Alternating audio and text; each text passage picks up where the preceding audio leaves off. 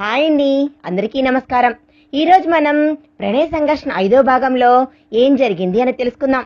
చీపురు కట్ట తీసుకొని కిచెన్ రూమ్ అంతా తుడిచి స్టవ్ క్లీన్ చేసి మొత్తం అన్నిటినీ నీటిగా సర్దింది సీత.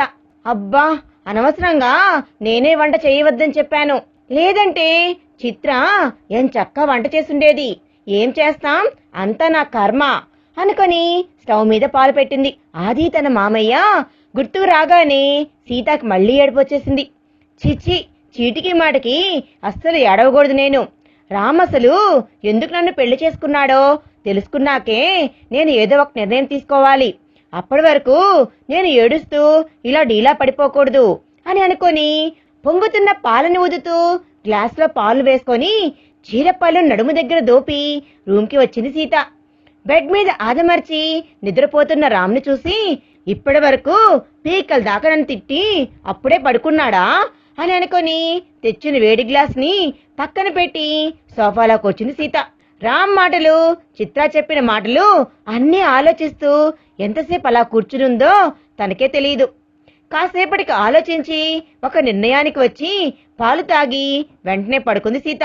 సూర్యకిరణాలు ఫేస్ మీద పడేసరికి బద్ధకంగా కళ్ళు తెరిచాడు రామ్. అప్పటికే రూమ్ అంతా నీట్గా ఉంది.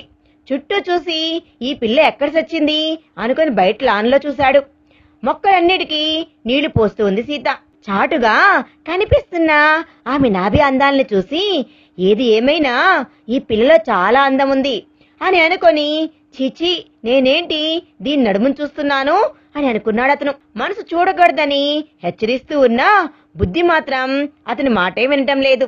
చూడకూడదు అంటూనే పదే పదే అతని చూపు సీత నడుము దగ్గర ఆగింది. లైట్ పింక్ కలర్ చీరలో ఎంతో అందంగా ఉంది సీత.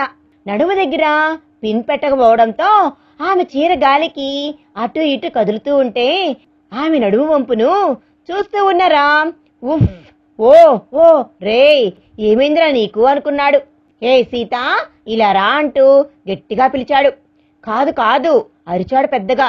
దెబ్బకి ఆ పిలుపుతో చేతిలో ఉన్న వాటర్ క్యాన్ ని వదిలి పరుగున లోపలికి వచ్చింది. ఎందుకలా గట్టిగా అరిచారు అంది. మళ్ళీ తిడతారా అంది. నిన్నంతా నన్ను తిడుతూనే ఉన్నారు కదా, అయినా మీకు సరిపోలేదా అంది. ఏయ్, ఏంటి నోరులేస్తుంది అన్నాడు. అయినా పొద్దున్నే ఏంటి చీర కట్టావని చిరాగ్గా అడిగాడు రామ్. ఏమైంది, చీర బాగోలేదా, మీరు కొన్నవే కదా, మీకు నచ్చలేదా ఏంటి అని మిర్రర్ దగ్గరికి వెళ్లి చీరను చూసుకుని అడిగింది. బానే ఉంది కదా, మీకు నచ్చలేదా అంది. రామ్ ఆశ్చర్యంగా, ఏంటి ఈ పిల్ల కొత్తగా కనిపిస్తుంది, ఎప్పుడు ఏడుపెడబబ్బలు లేకుండా ఏదో సొంత మనిషి ఇంట్లో ఉన్నట్లుగా ఇలా ప్రవర్తిస్తుందేంటి అనుకొని సీత వైపు అనుమానంగా చూశాడు. సీత ఏమీ పట్టినట్లుగా టవల్ తీసుకుని వచ్చి రామ్ చేతికిస్తూ వెళ్లి స్నానం చేయండి అంది. ఏయ్, మళ్ళీ ఏం పిచ్చి వేషాలు వేస్తున్నావే, డ్రామాలు ఆపు ముందు అంటూ సీరియస్ గా చూశాడు. సీత మూతి తిప్పుకొని, ఇది మరీ బాగుంది, నువ్వే కదా నైట్ వార్నింగ్ ఇచ్చావు, మర్చిపోయావా అంది. నీ పనులన్నీ నేనే చెయ్యాలని కదా నువ్వన్నావు అంది. ఆమె మాటల్లోనూ ఏదో తెగింపు, కళ్లల్లో ధైర్యం చూడగానే రామ్కి అర్థమైపోయింది. ఆమె చేతిలో ఉన్న టవల్ తీసుకొని పైకి లేచి, చాలా ధైర్యంగా ఉన్నావు, ఏంటి సంగతి అన్నాడు. సీత బెడ్ సర్దుతూ, నేను ధైర్యం చేస్తే రియాక్షన్ ఎలా ఉంటుందో నేను ట్రైలర్లో చూపించావు కదా, మళ్ళీ నీ దగ్గర ఎలా పిచ్చి వేషాలు వేయగలను అంటూ దుప్పట్లు సర్దుతూ, ఏడిస్తే నాకు నీరసం తప్ప ఏమీ ఉండదు, అందుకే ఇలా ఉన్నాను అంది. నాకు ఎందుకో తేడా కొడుతుంది, ఇది నువ్వు కాదు, ఏదో ఉంది, నిజం చెప్పు అంటూ ఆమె ఎదురుగా నుంచొని 2 చేతులు కట్టుకున్నాడు రామ్. అది మరి నన్ను గుడికి తీసుకెళ్తాను అన్నారు కదా, తీసుకుని వెళ్తారా అంది. ఓహో, అందుకేనా ఇంత ఓవర్ యాక్టింగ్ చేస్తున్నా అన్నాడు. నైట్ చెప్పావు కదా అంది. ఏమో తమరి ఖాళీ ఉందో లేదో అని అంటూ 2 కళ్ళు తిప్పి రూమ్ అంతా చూస్తూ, మీరు చెప్పినట్లుగా అన్ని పనులు చేశాను, వంట కూడా చేసేశాను, బ్రేక్ఫాస్ట్ కూడా చేసేశాను, మీకు లంచ్ బాక్స్ కూడా రెడీ చేశాను. కేవలం నేను బయటకు పోతే ఎప్పుడు మీ బావని కలుద్దాం, మీ మావని కలుద్దామని చూడాలా, ఈ పని ఒక్కటే మిగిలింది అవునా అన్నాడు. సీత కోపంగా, కాదు, నీకు కాఫీ ఒకటి ఇచ్చేస్తే నా పని అయిపోతుంది అని చెప్పబోయాను, కానీ నువ్వే ఏదేదో అనుకుంటున్నావు. నా బావ మీద, నా ప్రేమ మీద నాకు నమ్మకం ఉంది, నన్ను వచ్చి ఖచ్చితంగా తీసుకుని వెళ్తాడు. మా బావ అప్పటి వరకు కుదురుగానే ఉంటాను అంది. లేదంటే నీ చేతుల్లో నరకం మాత్రం నేను చూడలేను అంటూ ధైర్యంగా చెప్పింది.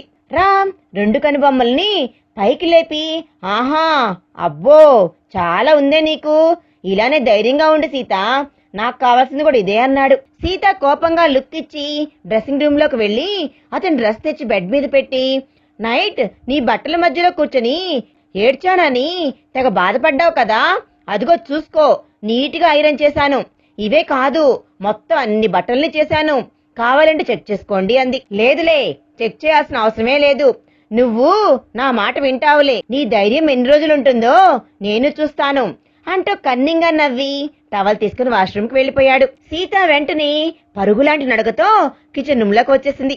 అమ్మాయి గారు, కాఫీ రెడీ అంది. చిత్ర, ఒకసారి నీ ఫోన్ ఇవ్వవా అంది. ఏంటమ్మాయి గారు అంది. అబ్బా, ఇవ్వు చిత్ర, అలానే రామ్గారు వస్తే వెంటనే నాకు సిగ్నల్ ఇవ్వు అంటూ చిత్రాన్ని డోర్ దగ్గర పెట్టి, ప్లీజ్ ప్లీజ్ నా కోసం ఈ చిన్న హెల్ప్ చేయవా, ఏమాత్రం నా చేతిలో ఫోన్ చూశాడంటే నన్ను చెడుగుడు ఆడేస్తాడు, ప్లీజ్ చిత్ర, రామ్గారు వస్తే చెప్పవా అంది. అలానే అమ్మా అంది. సీత ఆనందంగా చిత్ర చెంపపై గట్టిగా ముద్దు పెట్టి, లవ్ యూ చిత్ర అంటూ వెంటనే ఆనందంగా నవ్యకు ఫోన్ చేసింది. హలో, ఎవరు అంది నవ్య. నవ్య, నేను సీతని అంది. సీత, నువ్వా, ఎలా ఉన్నావే, బానే ఉన్నావా అంది నవ్య. నా సంగతి తర్వాత గాని ముందు ఇది చెప్పు, మా మామయ్యకి ఎలా ఉంది, బావ ఎక్కడున్నాడు అంది. అంకుల్ హాస్పిటల్లోనే ఉన్నారు, రేపు డిశ్చార్జ్ చేస్తారే, మీ బావ అంకుల్ దగ్గరే ఉన్నాడు. ఇంతకీ నువ్వెలా ఉన్నావే, ఆది అయితే చాలా బాధపడుతున్నాడే, నీకోసం ఆలోచిస్తున్నాడు అంది. ఆది పేరు వినగానే సీత కంట్లో తడి మొదలైంది. బావ అసలు తింటున్నాడా, అసలు ఎందుకు నన్ను రామ్కిచ్చి పెళ్లి చేశాడో అడిగావా అంది. ఏంటోనే, ఎంత అడిగినా మీ బావ అస్సలు చెప్పడం లేదు, కారణం ఏంటో తెలుసుకోవాలి, అంత బాధలోనూ కూడా అంకుల్ నీ కోసం అడుగుతున్నా ఆది మాత్రం ఎప్పుడు చెప్పే సమాధానమే అతను చెప్తున్నాడు, నువ్వు బాధపడికే అంతా మంచి జరుగుతుంది అంది. ఏమోనే, అసలు ఈ రామ్ అనకూడదు కానీ నా ప్రశ్నకు ఏదీ తిన్నగా సమాధానం చెప్పట్లేదు, నరకం చూపిస్తున్నాడు, అంతలోనే మళ్ళీ జాలి పడతాడు, నాకైతే పిచ్చి పట్టినట్లుగా ఉంది అని అంది సీత. నువ్వు బాధపడకు సీత, ఆది ఎందుకు ఇలా చేశాడో నేను తెలుసుకుంటాను అంది నవ్య. హా, తెలుసుకో నవ్య, అలానే ఇంకో మాట అంది. చెప్పు సీత, ఏంటి అని నవ్య అడిగేసరికి సీత కంట్లో నీరు తుడుచుకొని, అది నువ్వు కాలేజీకి వెళ్తున్నావా అంది. హా, వెళ్తున్నానే, ఏమైందే, ఎందుకలా అడిగా అంది. ఏం లేదు, మామూలుగానే అడిగాను, ఆ రామ్ని ఎలా అయినా ఒప్పించి ఈరోజు నేను కాలేజీకి వస్తాను, వచ్చాక అన్ని విషయాలు మాట్లాడుకుందాం అంటూ వెంటనే ఫోన్ కట్ చేసి నవ్య నెంబర్ని డిలీట్ చేసి చిత్ర ఫోన్ ఇచ్చి, థ్యాంక్ యూ చిత్ర అంది. ఎందుకమ్మా ఇప్పటి వరకు ధైర్యంగా ఉన్న మీరు మళ్ళీ బాధపడుతున్నారు అంటూ అడిగింది చిత్ర. ఏం చేయను, మీ బాస్ అలాంటి రాక్షసుడు అంటూ కాఫీ కప్ పట్టుకొని రూమ్లోకి వెళ్ళింది. వెళ్తున్న సీతను చూసి, ఆ రాక్షసుణ్ణి ఎప్పటికైనా అర్థం చేసుకునేది మీరే అని నా గట్టి నమ్మకం అమ్మా అని అనుకుంది చిత్ర. స్నానం చేసి టవల్ కట్టుకుని బయటకు వచ్చిన మన రామ్కి ఎదురుగా వేడివేడి సెగలు కక్కుతున్న కాఫీ కప్తో రెడీగా ఉన్న సీతను చూడగానే ఆశ్చర్యపోయాడు రామ్. కాఫీ తీసుకోండి అంటూ కప్ ముందుకు పెట్టింది. రామ్ హెయిర్ టవల్తో తుడుచుకుంటూ, ఏంటి నీ ముఖంలో ఏదో కంగారు, ఆ చెమట ఏంటి, మళ్ళీ ఏ పిచ్చి పని చేశావు అని సీరియస్గా అడిగాడు రామ్. సీత తన భయాన్ని బయటకు కనిపించకుండా, నేను ఎటువంటి పిచ్చి పనులు చేస్తాను, నేనేం చేయలేదు అంటూ ఫేస్ పక్కకు తిప్పేసుకుంది. ఆమె చేతిలో ఉన్న కాఫీ కప్ తీసుకొని కాఫీ సిప్ చేసి, చీరలో నువ్వు ఎంత బాగున్నావో కాఫీ కూడా అంతే బాగుంది సీత అన్నాడు. సీత పడపడా పళ్ళు నూరుతూ, నేనెలా ఉంటే మీకెందుకు, మీ పనులన్నీ చేస్తున్నాను కదా అని నోటికి వచ్చినట్టు మాట్లాడితే అంది. హా, ఏమన్నా చేస్తావా అని అన్నాడు. కాఫీ కప్ పక్కన పెట్టి సీత దగ్గరికి వచ్చాడు. సీత భయంగా వెనక్కి అడుగులు వేస్తూ గోడ తగలటంతో ఆగిపోయింది. ముట్టుకున్నావంటే చంపేస్తాను, నాకు దూరంగా ఉండు అంది రామ్ని. ఏడ్సావులే, ముట్టుకొని సుళ్ళు కార్చుకునే అంత అందం నీకు లేదు, కానీ నీ దగ్గర ముందు చెప్పావే, ఏంటి కదా అంటూ మెడను అటు ఇటు తిప్పాడు. సీత భయంగానే, సొల్లు కార్చుకునే అంత అందం నా దగ్గర లేనప్పుడు మరి మీరెందుకు నన్ను ఉదయం రెప్ప వేయకుండా మరి గుడ్లప్పగించి మరీ చూశారు అని అంది. ఓసిని, ఇది మామూలుది కాదు, పట్టేసింది పాయింట్ అనుకొని, ఏంటి నీ ఎలక ముఖాన్ని నేను చూశానా అన్నాడు. అవును, మీరు చూసినట్లు నాకు తెలుసు, అబద్ధాలు ఆడకండి అంటూ కోపంగా చూసింది సీత. నీ ఫేస్ కి అంత సీన్ లేదులే కాని పోయి పని చూసుకో అని అన్నాడు రామ్. సీత కోపంగా, నేను నా పని చూసుకుంటూనే ఉన్నాను, కానీ మీరే నా ముందున్నారు అంది. నీ ముందు ఏంటి, నీడలా నీ వెంటే ఉంటాను. సరే, ఈ షో తర్వాత కానీ ముందు చెప్పు, ఏంటి ఏమన్నా చెప్పాలా నాకు అని సూటిగా అడిగాడు రామ్. సీత ధైర్యం తెచ్చుకొని, అవును అడగాలి, కానీ మీరు నన్ను తిట్టకూడదు, కొట్టకూడదు, కోప్పడకూడదు మరి అని అంది. నిన్ను చంపకుండా ఉన్నందుకు సంతోషించు, ముందు నీ చెత్త కండిషన్స్ నాపి మ్యాటర్ చెప్పు అంటూ సీరియస్ గా చూశాడు రామ్. అది నేను ఈ రోజు నుంచి కాలేజీకి వెళ్తాను అంటూ రామ్ కళ్ళల్లోకి చూసింది. రామ్ చిన్నగా నవ్వి, హో కాలేజీ వంకతో మీ బావతో రొమాన్స్ చేద్దామనా అని అన్నాడు. సీత కోపంగా, నీ కంటికి నేను ఎలా కనబడుతున్నాను, దొంగచాటుగా మా బావతో రొమాన్స్ చేయాల్సిన కర్మ నాకు లేదు. నా మెడలో ఉన్న ఈ పసుపు తాడు నువ్వు నీ చేతులతోనే తీసేస్తే నేను నా బావను పెళ్లి చేసుకుంటాను అంది. ఆ మాటలకి రామ్కి కోపం వచ్చింది. పిచ్చిగా మాట్లాడావంటే నాలుక చీరేస్తాను అన్నాడు. సీత కోపంగా, నువ్వు చిరుతావనే పొద్దున్నే లేచి ముస్తాబయ్యాను అంది. నా మీద ఎప్పుడు చూసినా కోపంగానే అరుస్తారెందుకు? ఏ నేను చదువుకోవడం కూడా తప్పేనా? నా బ్రతుకు ఎలాగూ నాశనం చేశావు, కనీసం నా కాళ్ళ మీద నేను నిలబడాలి కదా అంది. నువ్వేమన్నా బెడ్ మీద నిలబడ్డావా? నీ కాళ్ళ మీదే కదా నువ్వు నిలబడ్డావు, మళ్ళీ కొత్తగా నిలబడ్డమేంటి అన్నాడు. ఏంటి వెటకారంగా ఉందా అంది. అంటూ కోపంగా రామ్ షర్ట్ కాలర్ పట్టుకుందామని చేతులు చాపి టక్కునాగిపోయింది. రామ్ నవ్వుతూ, నేనింకా డ్రెస్ కూడా వేసుకోలేదు, కానీ వేసుకొనుంటే నా షర్టు చిరిగిపోయేలా చాలా బాగుందే, నేను నిన్ను ముట్టుకోకూడదు, కానీ నువ్వు మాత్రం నా కాలర్ పట్టుకొని కోపంతో ఊగిపోవచ్చు అని అన్నాడు. హా, మరి నీ మాటలు అలానే ఉన్నాయి, ప్లీజ్ నన్ను చదువుకోనివ్వా ఎంతో బాధగా అడిగింది సీత. చదువుకొని ఏం చేస్తావే నువ్వు? చదువు వద్దు, గాడిద గుడ్డు వద్దు, ఏమీ వద్దు, మూసుకొని ఈ ఇంట్లోనే ఉండు అన్నాడు.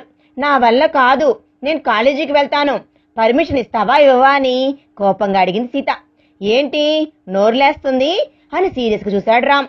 సీత అలానే చూసి చూసి కోపంగా రామ్ని వెనక్కి నెడుతుంటే రామ్ ఇంచు కూడా కదలకుండా నవ్వుతూ, వెళ్దు కానీ నాదో కండిషన్ అన్నాడు. సీత ఆనందంగా ఏంటి అంది. కానీ ప్లీజ్ కష్టమైనవి పెట్టకు అంటూ అమాయకంగా చూసింది. రామ్ నవ్వుతూ, అంత నటించుకే బాబు అంటూ తన పక్కన టేబుల్ మీద ఉన్న స్టెప్ పిన్ తీసుకొని సీత నడుము కనిపించేలా ఉన్న చీర నడుముని కనిపించకుండా క్షణకాలంలో స్టెప్ పిన్ పెడుతూ, కాలేజీకి నేనే డ్రాప్ చేస్తాను, సాయంత్రం కాలేజీ అవ్వగానే అంటూ సీత కళ్ళల్లో చూసి స్టెప్ పిన్ పెట్టి, నేను దగ్గర ఉండి మరి ఇంటి దగ్గర డ్రాప్ చేస్తాను సరేనా అంటూ ఆమె ఫేస్ పై గాలి ఊదాడు. సీత గుటకలు మింగుతూ, సరే కానీ ముందు నువ్వు నాకు దూరంగా ఉండు అంది. ఉండను అంటూ మరింతగా సీత దగ్గరికి వచ్చి ఇంచ్ గ్యాప్ లో ఫేస్ పెట్టి, నాకు తెలియకుండా పిచ్చి వేషాలు వెయ్యాలి అని అన్నావే అనుకో, నీకు నా చేతుల్లో మామూలుగా పగలదు, అర్థమైందా అని అంటూ సీతకు దూరంగా జరిగి డ్రెస్సింగ్ రూమ్ లోకి వెళ్ళిపోయాడు. గోడకి అలానే జారబడి తన నడుము దగ్గర రామ్ చేసిన పని తలుచుకొని ఎంతగానో కోపంతో రగిలిపోయింది సీత. ఆర్ఆర్ కంపెనీ ముందు కార్ ఆగడంతో సెక్యూరిటీ గబగబా కార్ ముందుకు వచ్చి కార్ డోర్ ఓపెన్ చేశాడు. Light blue and yellow colour cotton sari, మోచేతుల వరకు ఉన్న జాకెట్, మెడలో సింపుల్ నెక్లెస్, న్యూట్రన్ చిన్న పెద్ద బొట్టు. ఆ బొట్టే ఆమెకి ఎక్కడలేని అందాన్ని తెచ్చిపెట్టేది. చెక్కు చెదర చిరునవ్వు, చేతికి 2 గాజులు, మరో చేతికి బ్లాక్ కలర్ కాస్ట్లీ వాచ్. ఆమెను చూడగానే అర్థమవుతుంది ఎంత డబ్బు ఉన్న మనిషో అని. గుడ్ మార్నింగ్ మేడం అన్నారు. గుడ్ మార్నింగ్ అంటూ ఎంతో హుందాగా లోపలికి నడిచింది. ఆమె ఆర్ఆర్ కంపెనీ CEO, వందన ఆమె పేరు. స్టాఫ్ అందరూ విష్ చేస్తూ ఉంటే చిన్నగా నవ్వి తన క్యాబిన్ కి వెళ్ళిపోయింది. వచ్చావా, నీకోసం ఎదురు చూస్తున్నాన్రా అంటూ వందన ముందుకు వచ్చాడు వివేక్. వందన అన్నయ్య. ఏంటన్నయ్యా ఎప్పుడు లేనిది ఆఫీస్కి వచ్చా అంది. ఏం చేస్తాం, నీ కొడుకు కోసం చెప్పాలి కదా అన్నాడు. కొడుకనేసరికి వందన చిన్నగా నవ్వి ఏం చేశాడన్నయ్యా అంది. ఏముంది, పెళ్లి చేసుకున్నాడు, అది కూడా బలవంతంగా. అంత ఎదిగిపోయాడు వాడు అన్నాడు. ఏంటనే నువ్వు చెప్పేది అని ఆశ్చర్యంగా నమ్మలేక అడిగింది వందన. అవును, రామ్ సీత అనే అమ్మాయిని పెళ్లి చేసుకున్నాడు. తన అన్నయ్య చెప్పింది విన్న వందన అలానే వింటూ ఏదో ఆలోచిస్తూ ఉంది.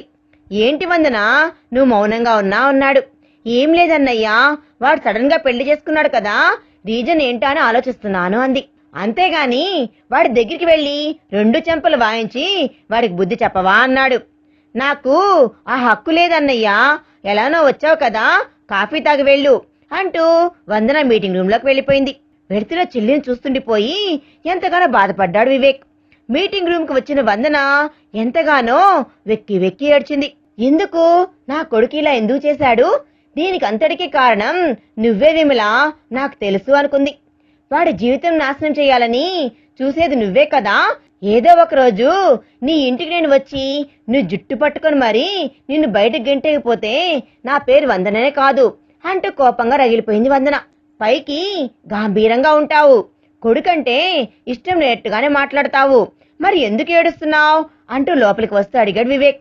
నాది ఏడుపు కాదన్నయ్యా, నా చేతులారానే నా కొడుకుని దూరం చేస్తున్నాను కదా, అదే నా బాధ అంది.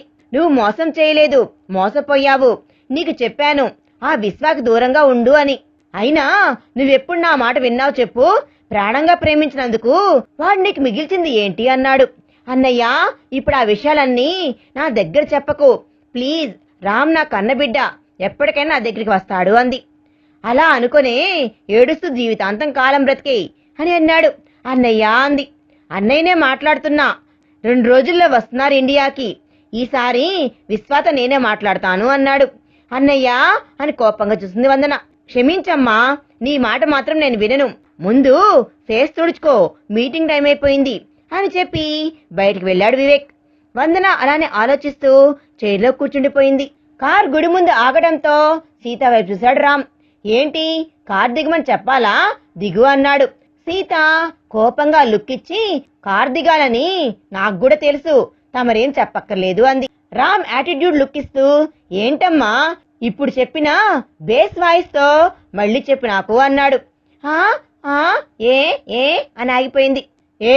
కాలేజీకి వెళ్తానంటున్నావు కదా, నువ్వింకా ఆలు ఏళ్ళ దగ్గరే ఉన్నావా అని అన్నాడు. కాదు రామ్ గారు అంది. గారు మీ గారులు బూరెలు ఏం అవసరం లేదు, పైకి గారు అంటూ రెస్పెక్ట్ ఇస్తావు, లోపల మాత్రం బండపూతులు తిట్టుకుంటావు, దిగువే ముందు కార్ అన్నాడు. సీత కోపంగా కార్ దిగుతూ దేవుడా వీడికి యాక్సిడెంట్ చేసేసేయ్, ఎలా ఉండాలంటే చిన్న దెబ్బలే తగలాలి, ఏమాత్రం పెద్ద దెబ్బలు తగిలినా నా ప్రాణం మీద పడి ఏడుస్తాడు ఈ రాక్షసుడు అని మనసులో అనుకుంది. నన్ను చంపడం అంటే మాటలు కాదు సీత, కావాలంటే నీ చేతులతో నువ్వే చంపేయ్ అని ఆమె పక్క నిలబడి కన్ను కొట్టాడు. సీత షాక్ గా మనసులో కూడా తిట్టుకోనివ్వవా అంది. తిట్టుకోనివ్వను, అసలు నేనెవరో తెలుసా అన్నాడు. తెలుసు నాకు, రాక్షసుడివి కదా అని కోపంగా మెట్లెక్కుతూ దేవుడా ఇంకెంతకాలం వీడి దగ్గర బందీగా ఉండాలి నేను, మా బావ వచ్చి నన్ను తీసుకుని వెళ్తే బాగుండు అనుకుంది. సీత ప్రక్కనే మెట్లెక్కుతూ మీ బావ ఏంటి, మీ మామయ్య కూడా కనీసం నా పేరు తలుచుకుంటేనే భయపడతారు, ఇంక నిన్నెందుకు తీసుకుని వెళ్తారు నీ పిచ్చి కాకపోతే అన్నాడు. సీత కోపంగా ఎప్పుడు నా మనసులో మాటకి సమాధానం కూడా నువ్వే చెప్పేస్తే నేనెవరితో మాట్లాడుకోవాలి అంది. ఉన్నాను కదా నీ మొగుణ్ణి, నాతో మాట్లాడు అన్నాడు. సీత నోరు పెద్ద చేసి రామ్ భుజంపై కొట్టి నిన్ను మీ అమ్మ సరిగ్గా పెంచలేదా, గుడిలో ఏంటి అలా మాట్లాడుతున్నావు, బుద్ధి లేదా నీకు అని రామ్ని మందలించింది సీత. ఆమె దాన్ని కొట్టేసరికి మన రామ్ షాక్ అవ్వి అంతలోనే అమ్మ అనేసరికి సైలెంట్ అయిపోయాడు. నిజంగానే నన్ను ఎవరు సరిగ్గా పెంచలేదే, పోనీ నువ్వు పెంచుతావా అన్నాడు. సీత పడపడా పళ్ళు నూరేస్తూ నువ్వసలు ఉన్నావు చూడు, చూస్తుండు, నీకు రాక్షసు లాంటి పెళ్ళాం దొరుకుతుంది, నిజంగానే నిన్ను 3 చెరువుల నీళ్లు ఖచ్చితంగా తాగేస్తుంది అంది. సీత మాటకు నవ్వుతూ పక్కపక్క నవ్వి మెంటల్ దానా, నా భార్య నువ్వే కదే, అయినా నీకు అంత సీన్ లేదని చెప్పాను కదా, నరకమేంటో చూపిస్తాను నీకు అన్నాడు. నువ్వు నాకు చూపించేదేంటి బోడి, నేనే నీకు చూపిస్తాను, అసలు నువ్వు నన్ను ఎందుకు పెళ్లి చేసుకున్నావో రీజన్ తెలుసుకుని నన్ను అప్పుడు ఉంటుంది నీకు నా చేతుల్లో. మనసులో తిట్టుకుంటూ మెట్లెక్కుతూ ఒక్కసారిగా కాలు జారడంతో వెనక్కి పడిపోతుంటే క్షణకాలంలో రామ్ ఆమెను తన 2 చేతుల్లో బంధించి గుండెలు కత్తుకున్నాడు. అమాంతం అతని కౌగిల్లో గువ్వ పెట్టెలా ఉదిగిపోయింది. సీత ఒక్కసారిగా గుడిలో గంటలు మోగటం జరిగిపోయాయి. కాసేపటికి రామ్ తేరుకొని చుట్టూ చూశాడు. ఎదురుగా శౌర్య పూజ. పూజకి మండిపోతూ ఉంది. ఇది ఎందుకింత అందంగా ఉంది? నా రామ్ని బుట్లో వేసుకుని ప్లాన్ వేస్తుందా ఏంటి అని అనుకుంది. శౌర్య ఆశ్చర్యంగా, పర్లేదు, ఇద్దరి మధ్యన కెమిస్ట్రీ బానే ఉంది. వీడు కావాలనైతే పట్టుకోడు. చూద్దాం అసలు ఇప్పుడు ఏం చేస్తాడో అని అనుకున్నాడు శౌర్య. రామ్ శౌర్య వైపు కోపంగా ఒక లుక్ ఇచ్చి అంతలోని సీతారామం దగ్గర ఎవరూ చూడకుండానే చిన్నగా గిల్లి దూరంగా ఉండమన్నావు. నువ్వే ఎందుకు నన్ను అతుక్కుపోయావు అని ఆమె చెవిలో మెల్లగా అన్నాడు. సీత వెంటనే తేరుకొని, చీచి, ఎందుకు నువ్వు నన్ను ముట్టుకున్నావు? నా ఒంటి మీద నువ్వెందుకు చేయి వేశావు? వదులు నువ్వు అంటూ గింజుకుంటూ ఉంది. రామ్ నడుము గిలడం భయంలో సీత పెద్దగా గమనించలేదు. నువ్వు పెద్ద ఎలిజబెత్ రాణివి కదా, అందుకనే పట్టుకున్నాను అంటూ ఒక్కసారిగా సీతను వదిలేశాడు. ఒక్కసారిగా అతను వదిలేస్తాడు అనుకోలేదు సీత. వెనక్కి పడిపోతూ ఉంటే శౌర్య వచ్చి సీతను పట్టుకున్నాడు. రామ్ తనలో తానే, బాబోయ్, ఇది అందరి ముందు పరువు తీసేలా ఉంది. భయంలో నడుము దగ్గర గిల్లడం తను గమనించలేదు. కానీ లేదంటే ఒక పెద్ద యుద్ధం మొదలు పెట్టేది. సీని రాకాసి అనుకున్నాడు తను. నీకు ఏం కాలేదు కదా సీత అని అన్నాడు శౌర్య. శౌర్య నుంచి దూరంగా జరిగి, నాకు ఏమీ కాలేదండి, ఉన్నాడు కదా ఈ రాక్షసుడు, ఎలాగెంటేశాడో అంటూ బాధగా రామ్ వైపు చూస్తుంది. నీ ఇన్నోసెంట్ సెకల తర్వాత మూసుకొని లోపలికెళ్ళి దండం పెట్టుకోనరా అన్నాడు రామ్. నాకు తెలుసు, గుడికి వచ్చిన దండం పెట్టుకోవడానికే, కొంచెం కూడా నీలో మానవత్వమే లేదు. ఆడపిల్లని చూడకుండా అలా ఎలాగెంటేశావ్? నీ పేరు రామ్ కాదు, రాక్షసుడు అని పెట్టాలి అని అంది. ఏయ్, నోరెత్తావంటే నాలుగు చీరేస్తాను, ముందు పో లోపలికి అంటూ గట్టిగా అరిచేసరికి గుడిలో ఉన్న అందరూ విచిత్రంగా సీత వైపు చూశారు. అందరిలో రామలా అరిచేసరికి ఏడుపు వచ్చేసింది సీతకి. కోపంగా రామ్ వైపు చూసి ఏడుస్తూ ముందుకు వెళ్ళిపోయింది. ఎందుకురా నువ్వు ఆ పిల్లని అలా బాధ పెడుతున్నావు? పాపం రా అని అన్నాడు శౌర్య. నువ్వు పొద్దున్నే మొదలు పెట్టకరా, ఎంతకీ అంకుల్ ఆంటీ ఎక్కడా అన్నాడు. పూజ నవ్వుతూ, వాళ్ళు రాలేదు రామ్, నేను అన్నయ్య మాత్రమే వచ్చాము, పదా మనం లోపలికి వెళ్దాం అంటూ రామ్ చేతిని పట్టుకుంది. ఓ పూజ, నాకు దేవుడి మీద పెద్దగా నమ్మకం లేదు. ఆ పిల్ల రాత్రి ఏడుస్తూ బతిమిలాడింది గుడికి తీసుకుని వెళ్ళు అని, అందుకే తీసుకుని వచ్చాను. నా వల్ల కాదమ్మా దండం పెట్టుకోవటం అన్నాడు. అన్నయ్య, రామ్ని చాలా మార్చాలి మనం, లేదంటే చాలా కష్టం అని నవ్వుతూ మాట్లాడుతూ ఉంది పూజ. శౌర్య, రామ్, పూజ ముగ్గురు ఒక బెంచ్ మీద కూర్చొని కబ్బులలో మునిగిపోయారు. సీత ఏడుస్తూ గుడి చుట్టూ ప్రదక్షిణలు చేస్తూ ఉంది. మాట్లాడుతూ ఉన్న రామ్ ప్రదక్షిణలు చేస్తున్న సీత వైపు చూశాడు. ఆమె అలా చూడగానే తన్వి గుర్తొచ్చి తనలో తానే బాధపడ్డాడు. మాట్లాడుతున్న రామ్ ఒక్కసారిగా సైలెంట్ గా అయిపోవడంతో, ఏమైందిరా, ఎందుకు సైలెంట్ అయిపోయావు అన్నాడు. ఏమి లేదు, షూటింగ్ టైం అవుతుంది కదా, ఈ పిల్లకి ఇంకా ప్రదక్షిణాలు చేస్తూనే ఉంది అని విసుక్కున్నాడు రామ్. ఒక్క నిమిషం కాల్ మాట్లాడేసి వస్తాను అంటూ పూజ పక్కకు వెళ్ళింది. రేయ్, రేపేనా అమ్మా నాన్న చెల్లి వచ్చేది అని అన్నాడు. రామ్ ఏటో చూస్తూ, అవును, ఎందుకలా అడిగా అన్నాడు. ఏం లేదురా, మామూలుగానే అడిగాను అంటూ సీత వైపు చూసి, ఎందుకురా గుళ్ళో అందరి ముందు తన్ని అలా కసిరావు? చూడు, పాపం ఇంకా ఏడుస్తూనే ఉందిరా, సారీ చెప్పరా దానికి అన్నాడు. అంత సీన్ లేదురా, దీనికి నీళ్లకుండ కాదు, పెద్ద వాటర్ ట్యాంక్ నెత్తి మీద ఉంటుంది. మాట అంటే చాలు ఊరకనే వచ్చేస్తాయి దీనికి, సారీ లేదు తొక్క లేదు అని విసుక్కున్నాడు రామ్. నువ్వు మారవురా అంటూ శౌర్య చిన్నగా నవ్వి, సరే నేను ఆఫీస్కి వెళ్తాను, సీతని కాలేజీ దగ్గర డ్రాప్ చేసి నువ్వు వచ్చేసేరా అన్నాడు. సరేరా అని శౌర్య వెళ్ళగానే రామ్ ఫోన్ చూస్తూ ఉన్నాడు. అలా అరగంట తర్వాత తలెత్తి సీత కోసం చూశాడు. పింక్ కలర్ చీరలో ఆమె ఎంతో అందంగా ఉంది. సూర్యకిరణాల వెలుగుకి ఆమె ఒంటి మీద పడుతూ ఉంటే ఆ ముఖం మీద ఉన్న చిరుచెమట ఆమె ఒంటి రంగుతో పాటు పోటీగా మెరుస్తుంది.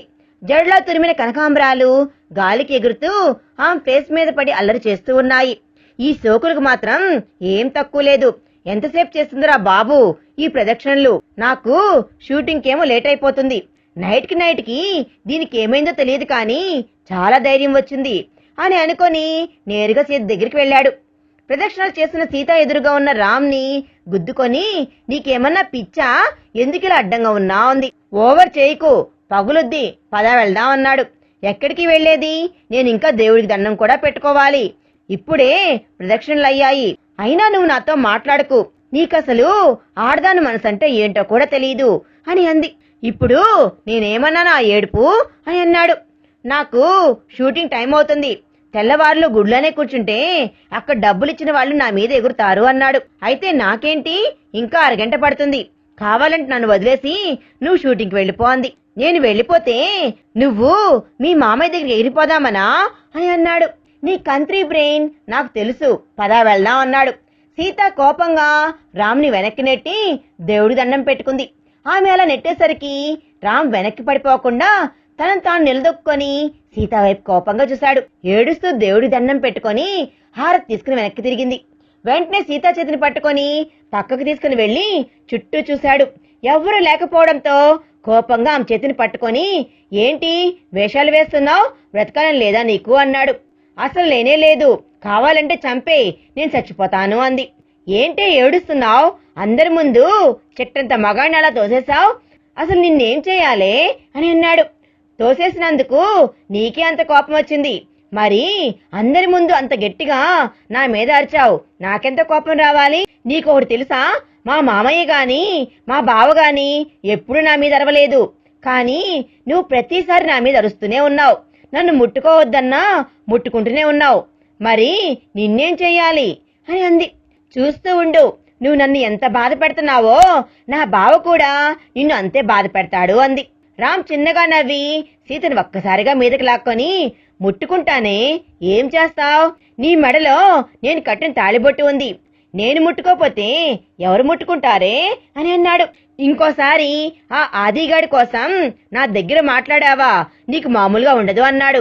ఏంటి బెదిరిస్తున్నావా అంది. హెచ్చరిస్తున్నాను నేను, నువ్వు ఏమాత్రం నా దగ్గర తోక జాడించినా నీ ప్రియమైన బావ ఆదిగాడు పైకి పోతాడు, అర్థమైందా అని అన్నాడు. నిన్ను తిడితే తిట్లు కూడా ఉరేసుకుని సస్తాయి, శనిలా తగిలావు నాకు.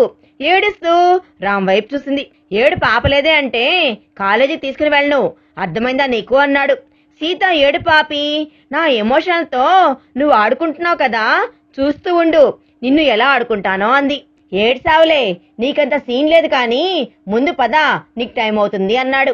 గుడిలో కనీసం అరగంట కూడా ఉండనివ్వలేని వాడివి, ఆ మాత్రం దానికి నన్ను గుడికి ఎందుకు తీసుకొచ్చావు అంది. నీ ఏడుపు చూడలేక అంటూ పక్కనే ప్లేట్లో ఉన్న కుంకుమ తీసుకొని సీతా చేతిని పట్టుకొని బయటికి నడిచాడు రామ్. సీత కోపంగా కారెక్కి, ఛా, వీణ్ణి ఏం చేసినా పాపం లేదు, ఎలా వదిలించుకోను అంటూ తనలో తానే తిట్టుకొని కారెక్కిన రామ్ వైపు కోపంగా చూసింది.